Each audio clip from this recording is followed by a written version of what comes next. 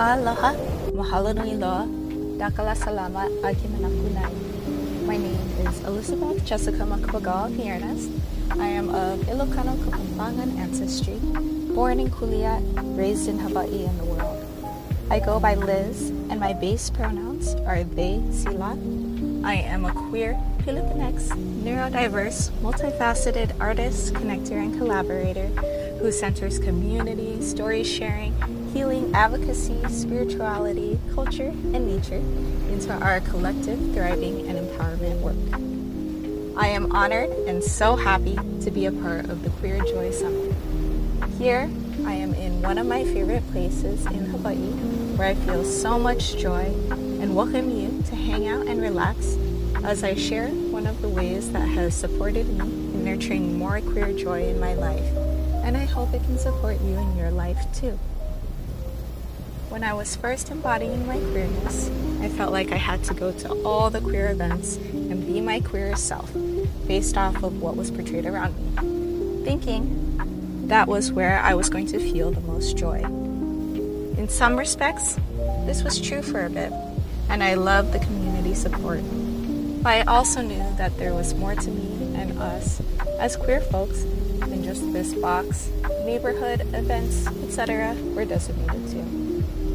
Fast forward in my self-awareness and growth journey, when I recognized that certain spaces I thought I was going to be happy in weren't always the case, I felt the desire to have more awareness of where my energy was flowing and what lights me up. In comes the Mood Flow app, where it tracks and visually depicts what I was looking for and more. What activities and interactions was my energy going into? How did I feel while I was experiencing them? And with this awareness, how did I want to incorporate more of what lights me up and energizes me into my life? This led me back to the spaces and things that brought me joy, without being queer being the main focus, but also, on the same token, how I am also able to just be and allow my queerness to emanate in these spaces, as well as recognize the queerness all around me, no matter where I was or what I was doing. And that's what the main hope is for most of us, right?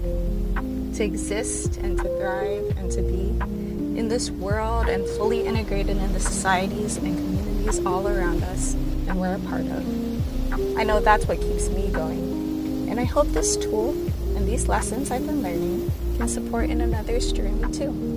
And we can thrive in all our queer joys together. Before getting into the app itself, next I'll expand and share more insights on what led me to it in the first place.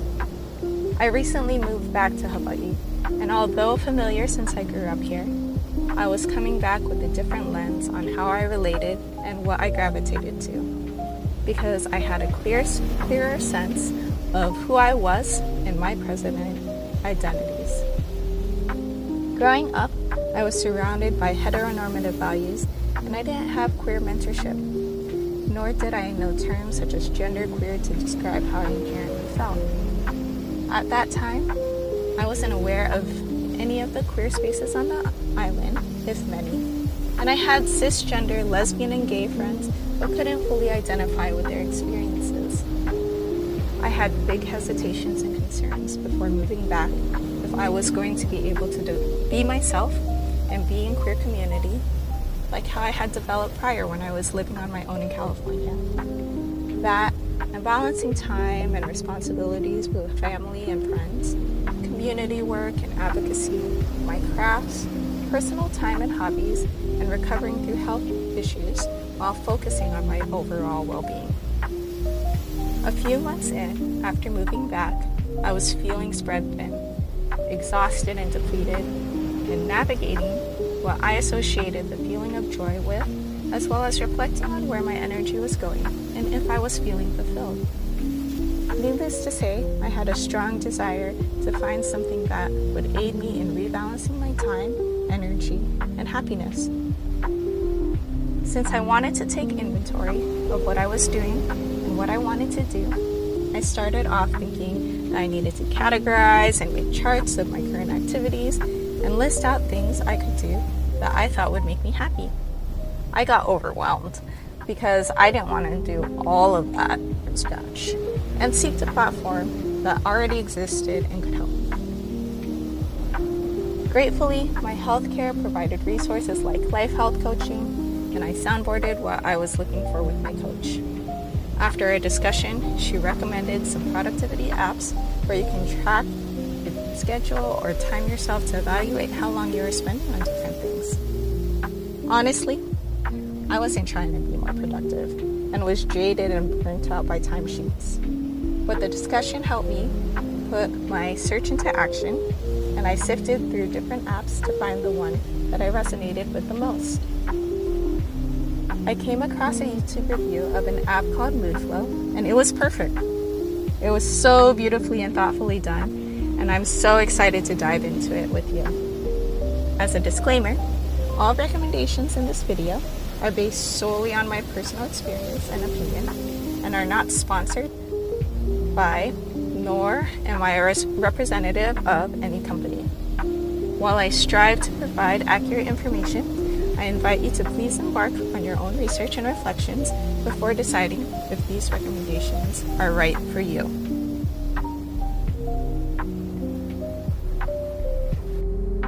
Now, getting into the app, first we have your settings, where you can modify your mood rating, scale, which we'll get into a little bit later, your background, passcode lock, month layout. Pretty much you can modify the app however best suits you so it can work best for you.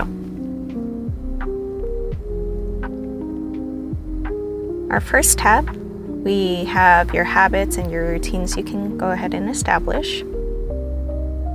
The next tab is your monthly layout with all your mood ratings. I'm such a visual person, so I really love seeing this overview of how the mood ratings are depicted in this way. And you can also see it in a calendar view for the year.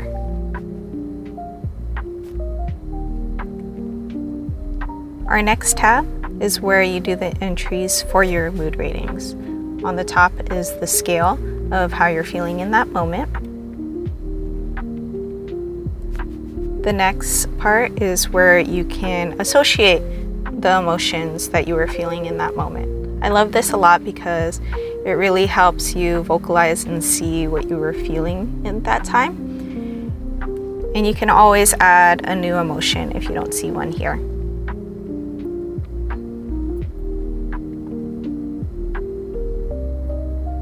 You can also journal.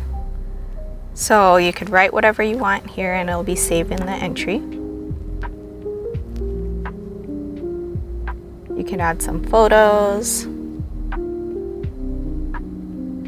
And you could put however many activities you were doing in that moment so you can go ahead and see what you were doing at that time and how you were feeling while you were doing it. Again, you can go ahead and create an activity if you don't see it here.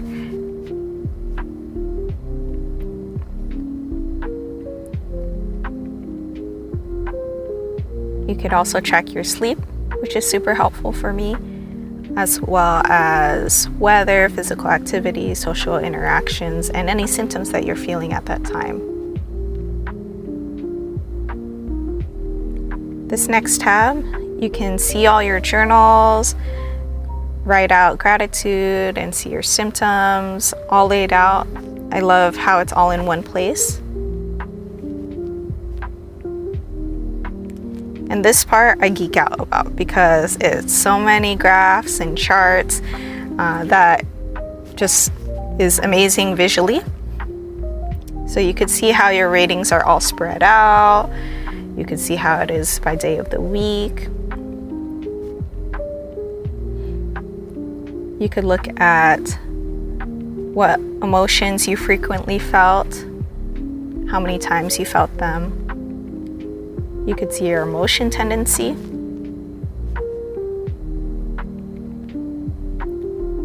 You can also see your activities that you did. I took a lot of naps.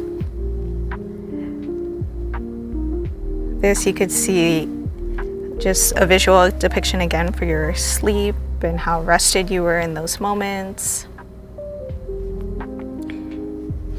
And same with physical activity. There's so much you can do with this app, and this is pretty much just an overview, so you can feel free to explore it more. Overall, what I really love is the intentionality behind the making of this app, which has allowed me to be more intentional about where my energy is flowing.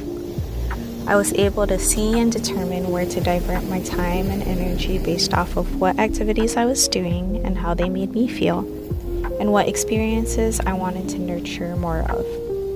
Some of the energizing moments that came as a result of this was seeing one of my favorite local bands, rocking out to nostalgic music, going to car shows, and of course, getting to be my best queer self.